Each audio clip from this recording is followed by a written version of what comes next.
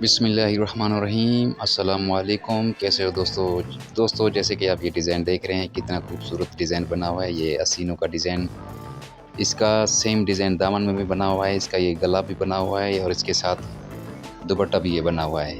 तो ये मैंने वीडियो इसीलिए अपलोड की है शॉर्ट करके कि ताकि मैं आपको दिखाऊं कि ये डिज़ाइन किस तरह, गले में लूप्स, हसीनों में डिज़ाइन, दामन में डिज़ाइन, दुपट्टे में पेपेंट, ट्राउज़र में डिज़ाइन और इसकी कटिंग और इसका कपड़ा, जो चीज़ें इसके अंदर मैंने इस्तेमाल की हैं वो सब आपको अगली वीडियो में, नेक्स्ट वीडियो में आपको दिखाने वाला हूँ। तो तमाम दोस्तों से रिक्वेस्ट है कि मेरे चैनल को प्लीज़ सब्सक्राइब, लाइक, शेयर कर दीजिएगा। बहुत शुक्रिया दोस्तों। अल्लाह हाफ़िज़।